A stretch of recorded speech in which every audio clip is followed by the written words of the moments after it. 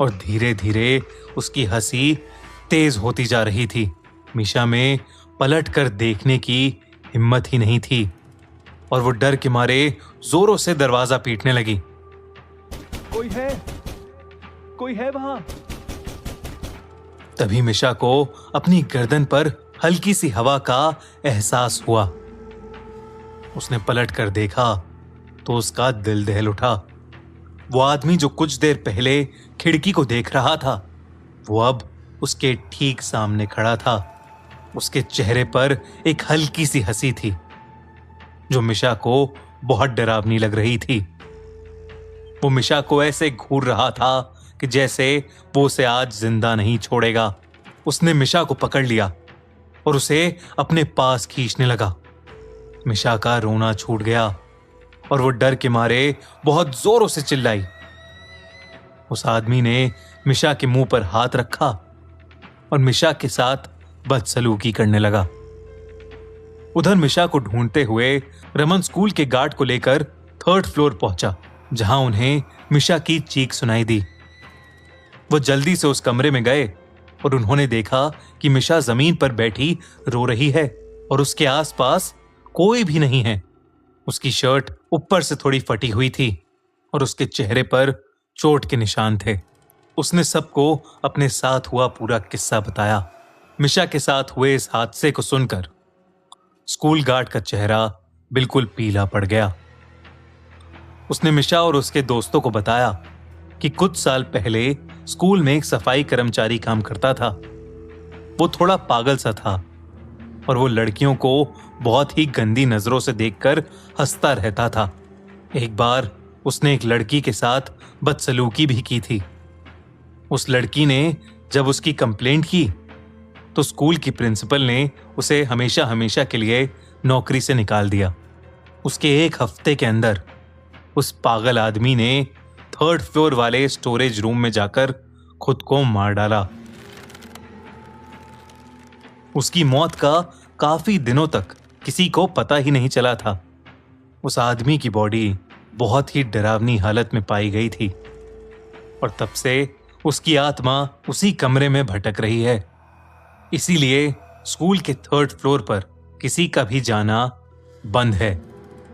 इस इंसिडेंट के बाद मिशा इतनी डिस्टर्ब हो गई कि वो कुछ दिन तक स्कूल ही नहीं गई, बल्कि कुछ ही महीनों में उसने एक नए स्कूल में एडमिशन भी ले लिया।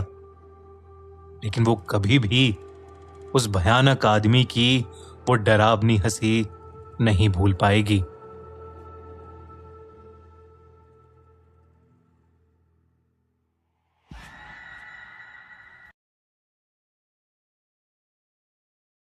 ये कहानी उस समय की है जब जॉनथन एक बोर्डिंग स्कूल में पढ़ा करता था। वो करीब 13 साल का था जब उसके साथ ये किस्सा घटा। एक दिन जब वो बाकी बच्चों के साथ क्लास में बैठकर पढ़ रहा था, तभी अचानक से एक जूनियर टीचर भागते हुए उनके क्लासरूम में आई और प्रोफेसर के कान में कुछ कहकर वहां से चली गई। प्रोफेसर ने अपना सेशन उस दिन के लिए वहीं खत्म कर दिया और सभी बच्चों को बताया कि स्कूल के पास वाली बिल्डिंग में कुछ ऐसा हुआ है जिसकी वजह से पूरे स्कूल का लॉकडाउन कर दिया गया है और किसी भी स्टूडेंट को अपने हॉस्टल या स्कूल प्रेमिसेस से बाहर निकलना अलाउड नहीं है। असल में स्कूल के पास वाली बिल्डिंग में एक पागल सीरियल किलर ने कुछ लोगों का मर्डर कर दिया था और वो स्कूल के आसपास ही घूम रहा था। इसलिए जब तक पुलिस उस सीरियल किलर को नहीं ढूंढ लेती, तब तक पुलिस ने स्कूल को बंद करवा दिया था। उस सीरियल किलर ने जिन भी लोगों को मारा था, उनका दाहिना हाथ उनकी बॉडी से गायब था। ये सारी बातें स्कूल के गार्ड ने एक सीनियर को बताई, जिसने पूरे स्कूल में इस बात का ढिंढोरा पीट दिया। ये बात जानकर स्कूल के सभी बच्चे बेहद डरे हुए थे। इन सब के बीच जॉनथन के साथ एक और अजीबोगरीब चीज हो रही थी।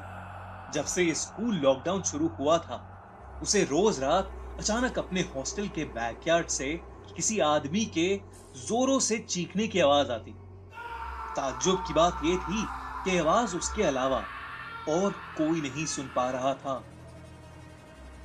एक रात जब वो सो रहा था, उसे फिर से वही चीख सुनाई दी। इस बार वो हिम्मत करके हॉस्टल के बैकयार्ड में जा पहुंचा। उसने देखा कि बैकयार्ड की घास पर लाल खून पड़ा था।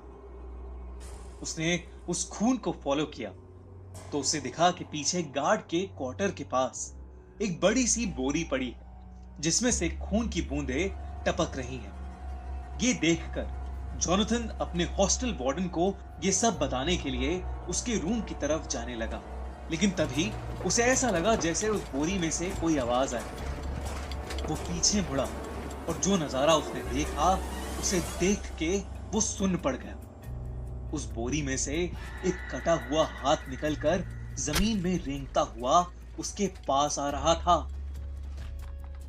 13 साल का जोनाथन ये देखकर बेहद घबरा गया और चीखते हुए वहां से भागा। कुछ ही देर में उसे ऐसा लगा कि जैसे वो बोरी उन सभी कटे हुए हाथों से भरी है जिनको उस सीरियल किलर ने मारा था, और सभी हाथ रेंगते हुए उसके पीछे आ रहे हैं। जोनाथन जोर जोर से मदद के लिए चीखने लगा। उसकी चीख सुनकर हॉस्टल वार्डन और बाकी लोग भी उठ गए। वो बोरी देखकर स्कूल प्रिंसिपल ने तुरंत पुलिस को फोन किया और वहां बुला लिया। स्कूल टीचर्स सभी बच्चों को एक हॉल में ले गए और उन्हें अंदर से लॉक कर दिया। जोनाथन अब भी जोर जोर से रो रहा था। कुछ ही देर में पुलिस वहां पहुंच गई और उन्होंने उस सीरियल किलर को ढूंढ निकाला, जो स्कूल में ही एक क्लासरूम में छुपा हुआ था। जोनाथन ने उस रात जो महसूस किया वो सच था या नहीं, ये तो नहीं कह सकते, लेकिन वो बोरी सच में उन्हीं सब लोगों के कटे हुए हाथों से भरी थी जिन्हें उस सीरियल किलर ने मारा था। उस दिन के बाद से स्कूल का रूटीन तो नॉर्मल हो गया, लेकिन जोनाथन को आज भी वो खौफनाक सपना आता है जहां एक कटा हुआ हाथ रेंगते हुए उसके पास आ रहा है। Summer camp. बचपन में गर्मी की छुट्टियां हम सभी की फेवरेट हुआ करती हैं, और उन छुट्टियों में समर कैंप तो हम सब कभी ना कभी गए ही होंगे। पर क्या हो अगर यही समर कैंप आपकी जिंदगी की सबसे ज्यादा खौफनाक याद बन जाए। ये घटना जॉर्ज के साथ 2010 में हुई थी, जब वो 14 साल का था और वो अपने शहर से दूर पहाड़ों में एक समर कैंप के लिए गया था। समर कैंप की कैंप साइट उसके नाना नानी के घर के काफी पास थी, इसलिए वो कैंप शुरू होने से पहले कुछ दिन के लिए वहीं चला गया। उसके नाना ने कैंप के ऑर्गेनाइजर से बात कर ली थी कि वो जॉर्ज को बीच रास्ते से ही पिक कर लें।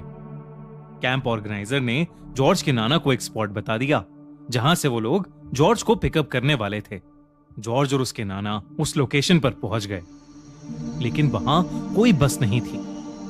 उन्होंने कैंप ऑर्गेनाइजर को कॉल किया और उसका phone out of network area था। उन्होंने काफी देर इंतजार भी किया, पर वहां कोई नहीं आया।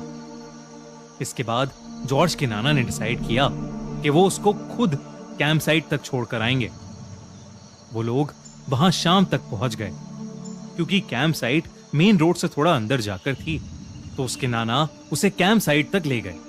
कैंप का ऑर्गेनाइजर उनके पास आया और जॉर्ज के नाना से मिला।